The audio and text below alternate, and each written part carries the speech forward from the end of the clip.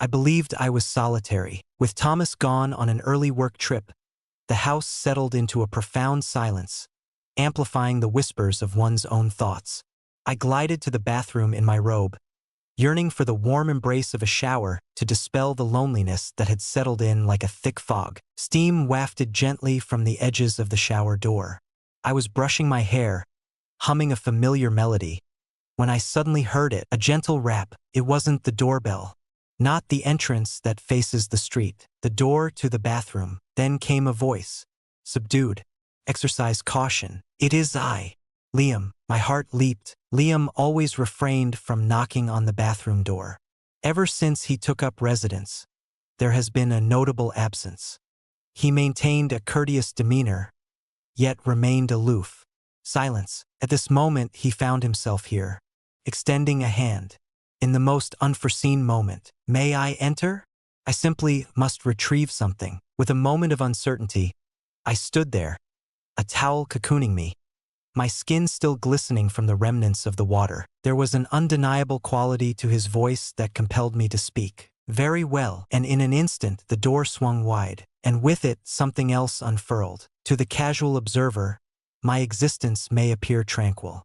Indeed, it is in numerous respects. This quaint abode nestled along a serene lane, adorned with ivy embracing the porch and wind chimes whispering melodies in the gentle breeze. It is the sort of existence that many envision once they reach the age of 50. In those early days when Thomas and I first settled in, I too found myself lost in dreams, brimming with plans and overflowing with love. Yet, aspirations wane, and love evolves. Thomas is currently immersed in a great deal of work, perpetually absent, traveling for work, enduring late conferences, forgoing shared meals.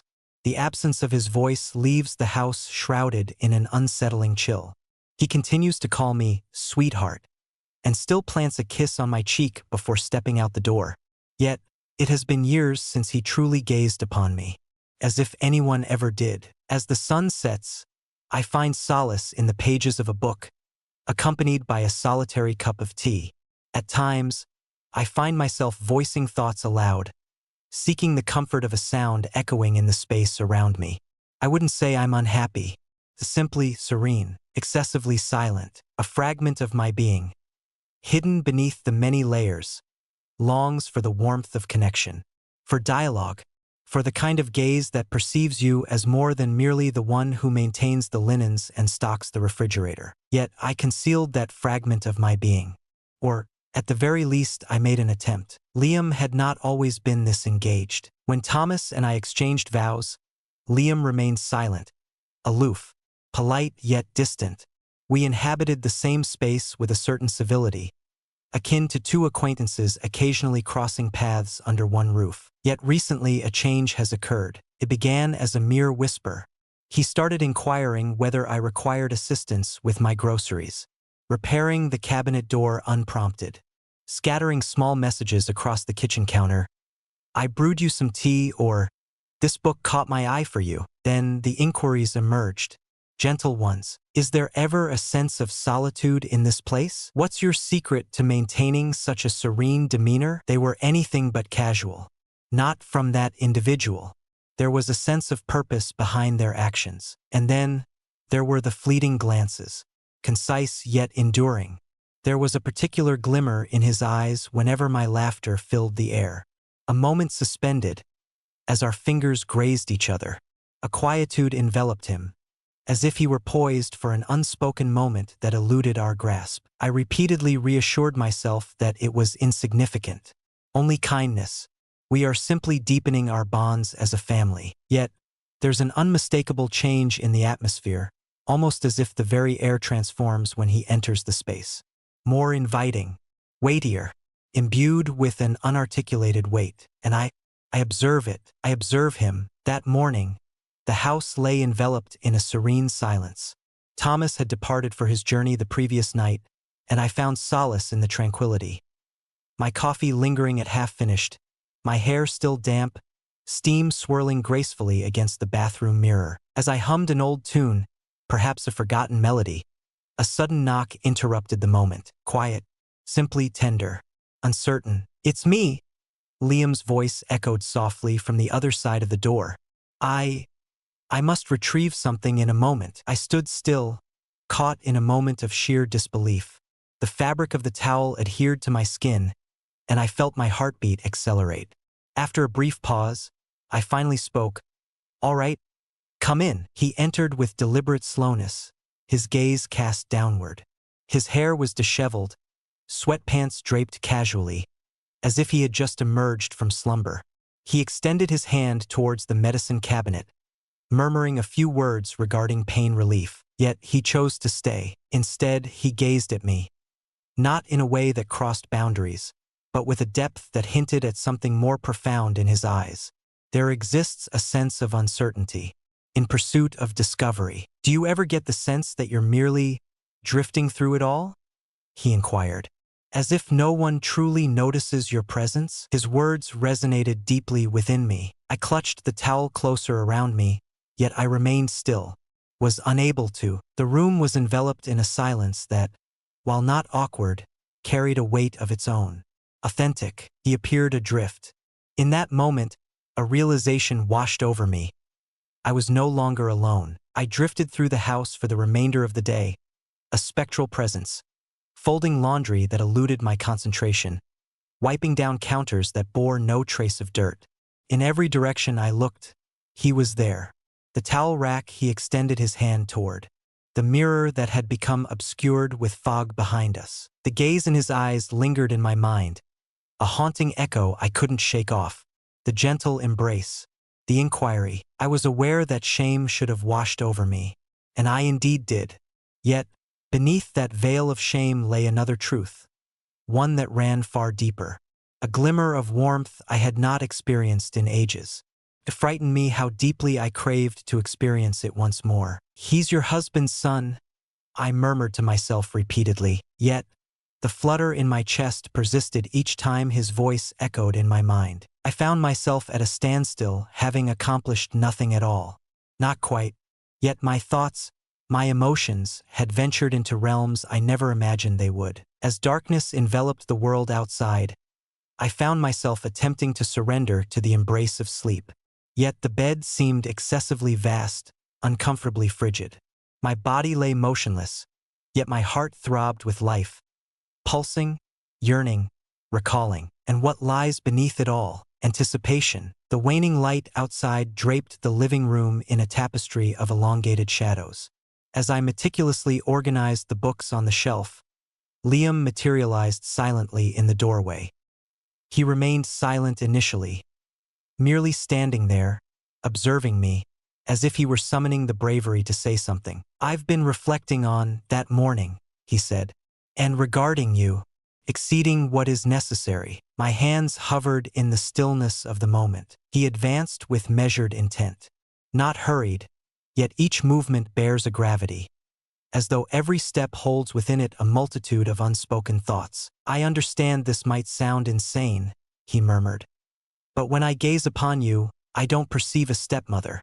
I encounter a presence that envelopes me in a sense of belonging." And then, he extended his hand toward me. Gradually, with great attention, his arms began to rise, reaching out as though to draw me into a silent, urgent embrace. Yet then the sound, a vehicle gliding into the driveway. "Thomas." The engine fell silent.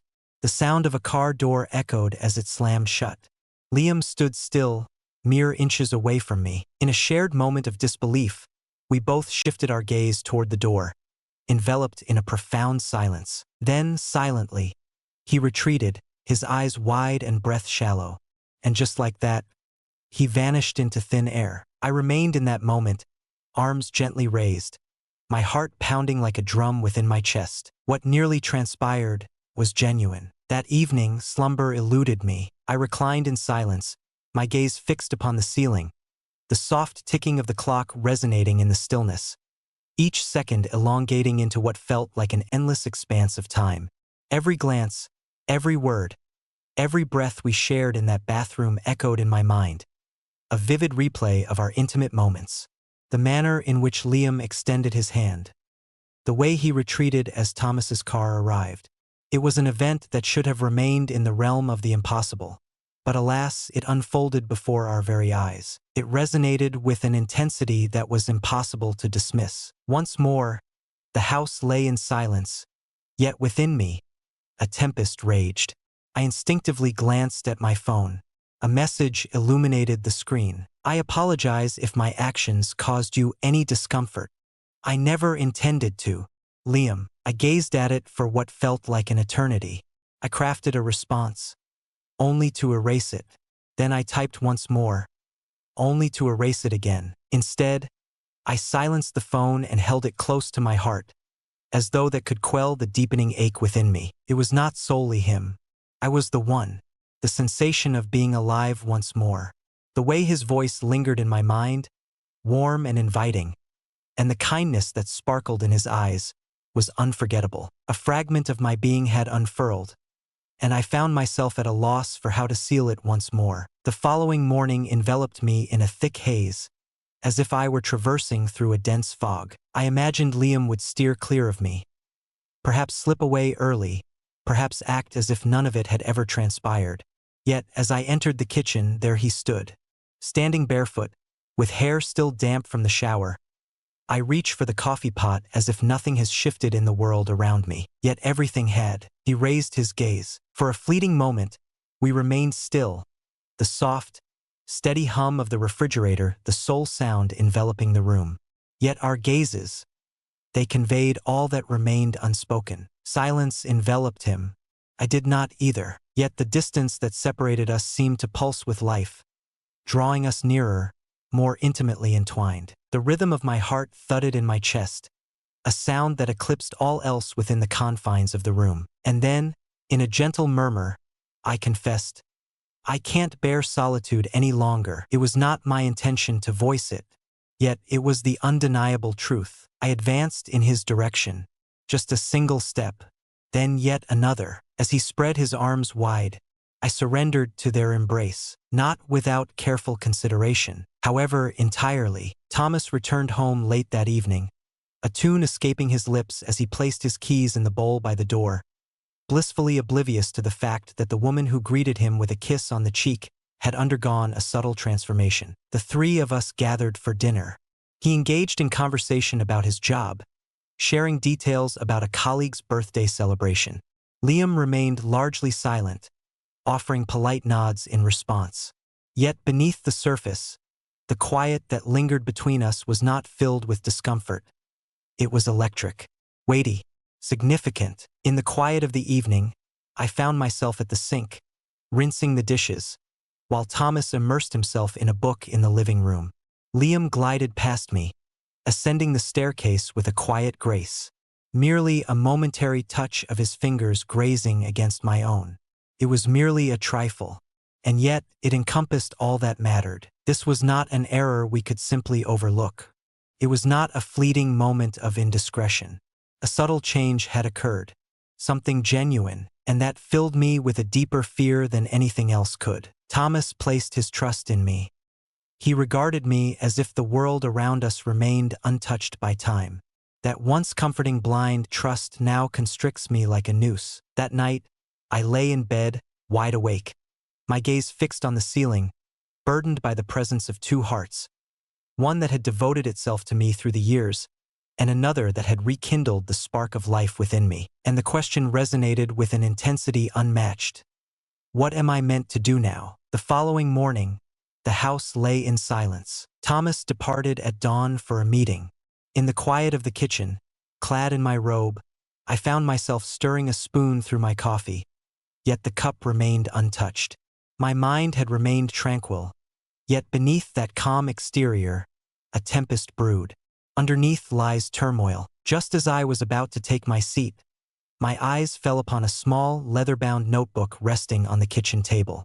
Not my possession. I extended my hand toward it, my heart racing, as though it possessed a knowledge of its own.